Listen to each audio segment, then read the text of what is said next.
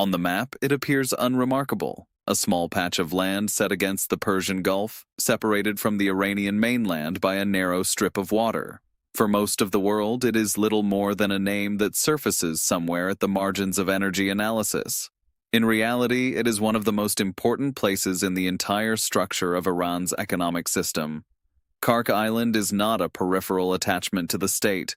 It is its pressure valve, its strategic safety mechanism. What moves through it is more than oil. What moves through it is Iran's capacity to function. Because once we stop looking at Iran merely as a country and begin to look at it as a system, one fact becomes immediately visible. That system is heavily centralized around energy exports. And energy exports, in turn, are centralized around a single point. That point is Khark, which means we are dealing with a classic strategic paradox. A state with immense natural resources anchors its stability in one physical location. One port node that can be observed, monitored, constrained, and, in an extreme scenario, neutralized. That is precisely why this island ceases to be mere infrastructure. It becomes, at once, a target, an instrument, and a symbol. From an economic standpoint, Khark is an export hub. From a political standpoint, it is a pressure point. From a military standpoint, it is an asset whose loss would mean something far greater than the loss of a port. It would mean the loss of the state's liquidity. Iran may have oil beneath the ground. It may have refineries, tankers, and contracts. But if it lacks the place from which that oil can physically leave the system, then the entire mechanism begins to choke. And that is where the real story of this island begins. Because Khark is not just infrastructure. It is the cumulative result of decades of conflict, strategic decision-making, and repeated attempts to survive in an environment that is rarely stable for long. This place has been bombed, rebuilt, and fortified. It has passed through wars, sanctions, and international pressure. Each time, it returned to the same role, maintaining the flow. Not because it was convenient, because it was indispensable. And this is where the second layer of the story emerges. Khark does not operate in a vacuum. It is part of a much larger configuration in which Iran confronts external pressure, above all from the United States. This is not a conventional conflict based solely on military confrontation. It is a systemic conflict in which the principal instruments are sanctions, financial control, and access to global markets. In such a configuration, Khark ceases to be merely a port. It becomes one of the few places where theory collides with reality. Because sanctions may constrain financial flows, they may obstruct insurance, transactions, and access to ports. But if oil physically leaves Khark, then the system is still functioning, even if it does so under strain. And that is precisely why this island matters so much to both sides of the confrontation. To Iran, because it permits survival. To the United States, because it reveals the limits of pressure. This is the point at which politics ends and physics begins. The point at which a barrel of oil must actually be loaded and a ship must actually sail. That cannot be done virtually. And yet it cannot be done without the system that enables it, without banks, insurers, and logistics networks that connect Khark to the wider world. And here the tension appears that will run through this entire episode. Because Khark operates at the intersection of two realities. On one side stands hard infrastructure, pipelines, storage tanks, tankers. On the other stands soft infrastructure, the financial system, politics, and regulation. Neither functions without the other. That is why Iran must simultaneously protect the island and circumvent the system. It must preserve the physical flow while at the same time constructing alternative commercial routes. This is not ordinary export activity. It is an operation in balancing at the very edge of the system. And that is why Khark is not simply a place on the map. It is a point through which one can understand how contemporary energy geopolitics actually works, how states attempt to survive under pressure, and how the global system, for all its formal constraints, remains dependent on a handful of critical nodes. This island is one of them. An island that, at first glance, ought not to matter, and yet without it, the entire system begins to wobble. Morning on the waters around Khark Island begins with a pattern of movement that, to the untrained eye, seems chaotic, though in reality it is tightly synchronized. On the horizon, the silhouettes of tankers begin to appear, many of them having waited for hours for their turn. Each vessel forms part of a larger mechanism. They do not arrive here at random, but according to a schedule that must account for terminal capacity, weather conditions, and political tension. Even a minor delay can shift the entire supply chain. From the captain's perspective, the day begins much earlier. Documents are checked before the vessel even enters the relevant waters, and communication with the port takes place in a manner that blends international standards with local procedures. In a place like this, formality and improvisation often travel side by side. As the ship approaches the terminal, the tempo suddenly slows. Maneuvers become cautious, and each movement must be coordinated with crews on shore. There is no room for error here, because we are dealing with vessels that carry millions of barrels of crude. The moment of berthing itself is shorter than one might expect. That is the result of years of experience and investment in procedures designed to minimize risk. But that is only the beginning of the real operation. What matters most happens later, when the transfer of crude begins. Oil moves from land into the ship's tanks through a pipeline system that operates almost continuously. From the outside, the process appears calm. In reality, it is one of the most sensitive moments in the entire operation. During this time, the tanker's crew and the terminal staff work in parallel. One side monitors conditions on board, the other tracks the flow on shore. Any irregularity must be detected immediately before it turns into a larger problem. But alongside this technical layer, there is another, less visible one. It is the layer of decisions made beyond the deck and beyond the island.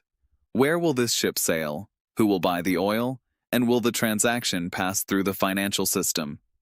Because in Iran's case, loading the cargo is only half the battle. The second half begins only once the tanker leaves Khark and enters the space of global trade, and it is here that uncertainty enters the picture. The vessel may alter its route, switch off its identification system, or meet another ship on the open sea. These are not exceptions.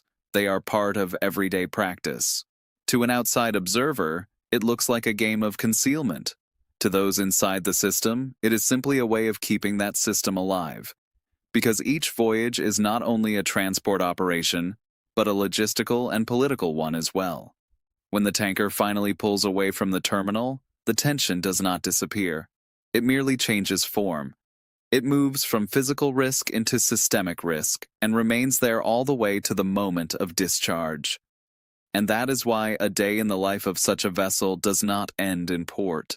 In many ways, it begins there.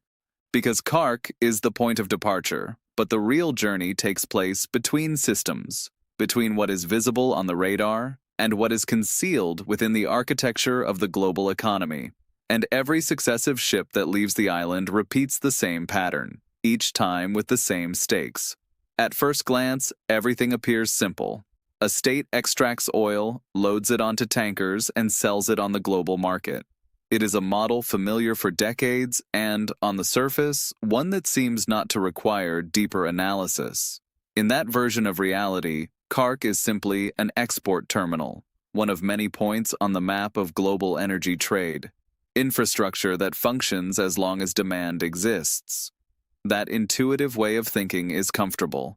It reduces the full complexity of Iran to a single schematic. Commodities in one direction, money in the other. No tension, no disruption, no politics. But that image begins to unravel the moment we ask a single question. What happens when the financial system ceases to cooperate with the physical one? Because in the classical model of export, the decisive factor is not extraction. The decisive factor is settlement. That is what determines whether the sale has any meaning at all. And this is where Iran ceases to fit the model. It may extract oil, it may load it, it may even ship it, but it cannot always sell it in a manner recognized by the global financial system. At that point, the simple model stops working. In its place emerges a hybrid system in which some operations take place officially, while others occur outside the formal circuit. Khark continues to function, but its role changes. From an export site, it becomes the entry point into a far more complex game, a game in which each cargo must find its own path. That means there is no such thing as a single day in the life of a tanker. There are multiple versions of the same story, each dependent on who is buying the oil and how they intend to settle the transaction. For some, it is a standard commercial exchange. For others, it is an operation that requires navigating around the system. And for still others, it is a risk they prefer not to take at all. And that is why any attempt to simplify the entire mechanism leads to false conclusions. Khark does not operate in a stable, predictable environment.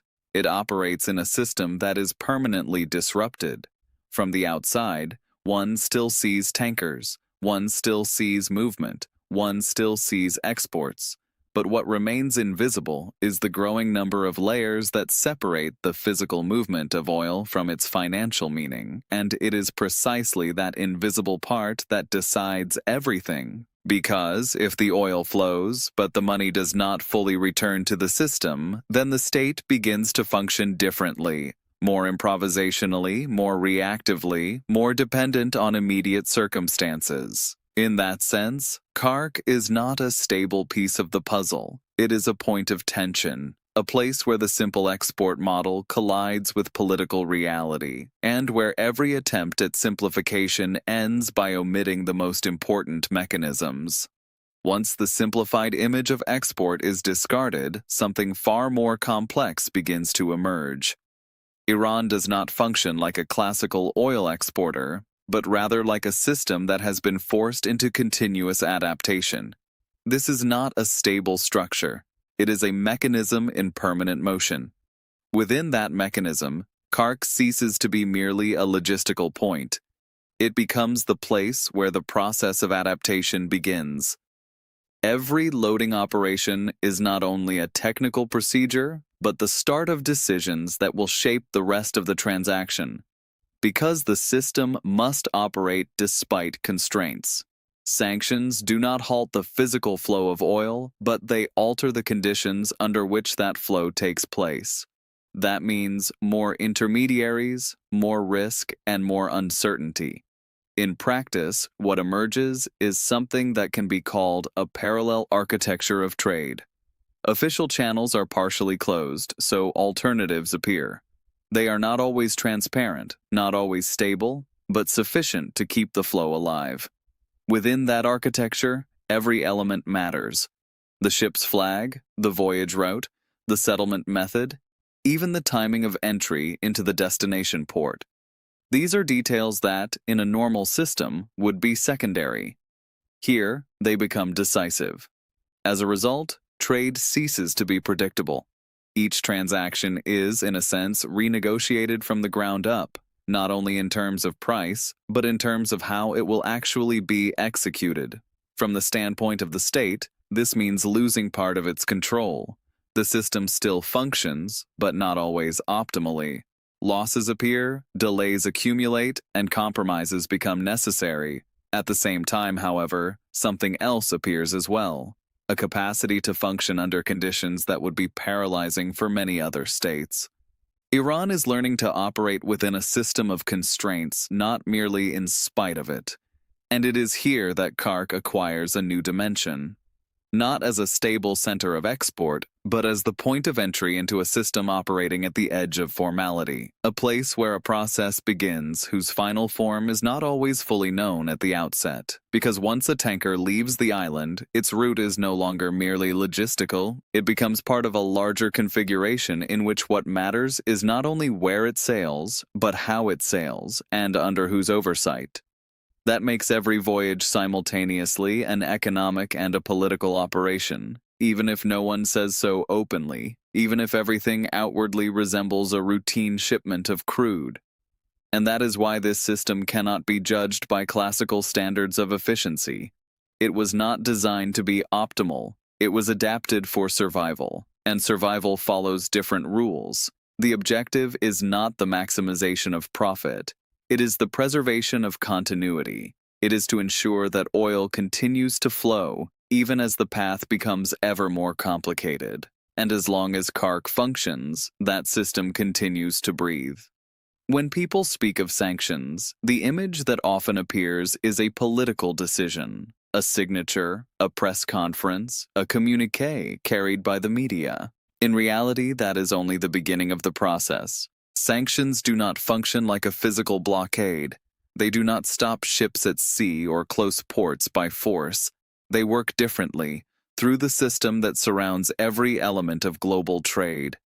And that system is the key, because the contemporary economy does not rest solely on the movement of goods. It rests on flows of trust, finance, and responsibility. In that context, Khark Island remains physically intact. The pipelines operate, the storage tanks are full, the tankers berth. And yet, something begins to change. The environment changes. Because every shipment of oil is not merely a logistical operation. It is a chain of decisions that begins on the island but concludes far beyond it, in banks, insurance firms, and destination ports. And it is there that sanctions exert their greatest force, not through prohibition, but through risk. The first layer of that system is financing. Every transaction must be settled, which means passing through financial institutions that operate within global regulatory structures. If a bank decides that the operation is too risky, it simply will not handle it. Not because it is physically incapable of doing so, but because it does not wish to bear the consequences. That creates a domino effect. One decision leads to another, and the system begins to close. Not formally, but functionally. Khark still sends out oil, but the money does not always come back in the same way. The second layer is insurance. A tanker without insurance barely exists within the global system. It cannot enter most ports, and it cannot lawfully operate on many routes. That means each insurance company becomes an element of control. If it refuses cooperation, the transport operation becomes vastly more risky. And again, there is no physical blockade. There is a business decision that changes the rules of the game. In that sense, sanctions function like a filter. They allow through only those operations capable of navigating around the system. The third layer is logistics. Ports, operators, and shipping companies all function within a regulatory environment that leaves very little room for perceived risk. If a ship arrives with cargo that may be subject to sanctions, the port must make a decision, accept it and expose itself to consequences, or refuse it. In many cases, the choice is obvious. As a result, the tanker's route ceases to be self-evident. It is no longer simply a matter of distance and cost. It becomes a matter of access. At this point, a phenomenon emerges that can be described as system fragmentation. Global trade ceases to function as a single, uniform network. It begins to divide into zones that are accessible and zones that are closed. Iran operates largely within the latter space, a system that is not fully official, but still exists and still functions. Khark becomes the entry point into that world, a place where a process begins that does not always end in a predictable way. One thing is worth emphasizing: sanctions do not eliminate trade, they transform it. In place of simple, transparent transactions, more complex structures emerge, more intermediaries, more stages, more concealed components. That raises costs, but at the same time, it preserves the flow. And therein lies the paradox. Because the system intended to constrain Iran's options simultaneously compels it to develop new mechanisms that, over time, become increasingly sophisticated. This is no longer merely reaction, it is adaptation. Iran is not attempting to return to the old model. It is beginning to build a new one. In that new model, Khark still plays a central role, but its significance no longer lies solely in throughput. It lies in the fact that it is the starting point of a process capable of adjusting to changing conditions. Every tanker leaving the island is a test of the system, a test of whether a particular combination of routes, entities, and settlement methods will work. Not all of them do, but enough of them do to preserve continuity. That leads to another level of analysis. Sanctions do not operate linearly. They do not produce a smooth, gradual decline in activity. They operate in waves. There are moments when the system contracts and moments when it rebuilds, depending on policy, global conditions, and adaptive capacity. Khark sits at the center of those fluctuations, not as a passive component, but as an active point of reference.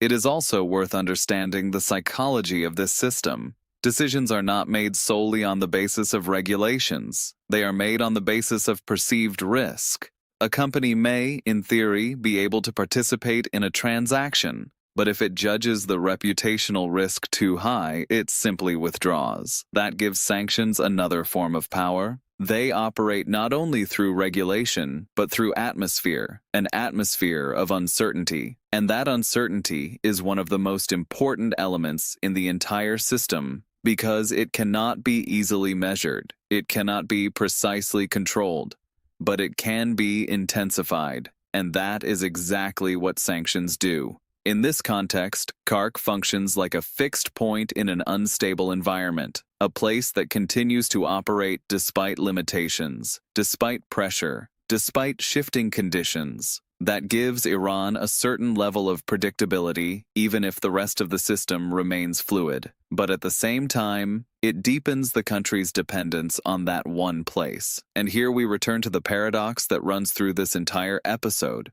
The more the system is constrained, the more it concentrates around critical nodes. Khark becomes even more important, even more strategic, and at the same time, even more exposed. This is not a stable equilibrium. It is a condition of tension. Because once we step back and look at the broader picture, something else becomes clear. Sanctions do not affect Iran alone. They affect the global system as a whole. They alter flows, reshape relationships, and change the way trade itself is understood. They introduce an element that was once less visible, the element of politics in every transaction. And that is precisely why Khark matters so much, because it lies exactly at the intersection of all these processes, between physical flow and financial architecture, between economics and politics, between a local site and a global system. This is not merely an island, it is a node that reveals how the contemporary world actually functions, not as a collection of independent markets, but as a system of interdependencies in which each element affects the others, and in which even a small island can matter more than its size would suggest. And that is only the beginning of the story. In the end, this story is no longer only about an island, tankers, and pipelines, but about the way in which the modern global system reveals its limits when confronted with reality. Khark remains a physical point on the map, yet its significance extends far beyond geography because it demonstrates that even the most intricate financial and regulatory structures remain dependent on material places that cannot be relocated or replaced by political decree. In that sense, the island functions like a lens concentrating processes that usually remain dispersed and invisible. It is here that one sees how the global energy trading system is not uniform, but layered, a structure whose components may cooperate, but may also come into conflict. Oil may move freely through pipelines, while its value is simultaneously challenged in the financial system. A tanker may leave the terminal in full procedural compliance, yet the rest of its journey may depend on decisions made thousands of miles away in offices belonging to institutions that have never seen this island. That tension between physics and system is one of the defining features of contemporary energy geopolitics. Khark shows that a state can continue functioning even under intense pressure if it can preserve at least a minimal level of flow. That flow does not have to be optimal nor fully legitimate by the standards of global regulation. It merely has to be sufficient to sustain the state's core mechanisms. Yet that adaptive capacity comes at a price. A system that functions through the constant circumvention of constraints loses part of its efficiency and transparency. Dependence on intermediaries grows, risk expands, and vulnerability to disruption deepens. Iran is not merely exporting oil under harsher conditions. It is also operating within a reality in which every transaction carries an added layer of uncertainty. At this point, several less obvious features deserve attention because they are often missed in broader analysis. First, Khark Island itself has been transformed into one of the most heavily secured pieces of infrastructure in Iran, directly as a result of the Iran-Iraq War, during which it was repeatedly bombed and yet retained operational capacity. That experience shaped Iranian thinking about energy security more broadly, encouraging the partial dispersal of infrastructure and the development of alternative export points, such as the port of Jask on the Gulf of Oman, intended to reduce dependence on a single node. Second, Khark is not only an export center, but an element in an information contest. Tanker movements, route changes, and identification system data have become the subject of constant scrutiny by analytical firms, maritime intelligence specialists, and state institutions. As a result, the island functions simultaneously as a real logistical hub and as an object of continuous observation, which further increases its strategic weight. Third, Iranian oil policy, with Khark at its center, has been moving ever more clearly away from a model based on maximizing output and toward one based on managing survival. That means greater flexibility in the choice of trading partners, greater willingness to use non-standard settlement methods, and a deeper development of ties with states and entities less susceptible to sanctions pressure. In practice, this has contributed to the emergence of an alternative circuit of energy trade, one that is not fully visible yet exerts a real influence on global commodity flows.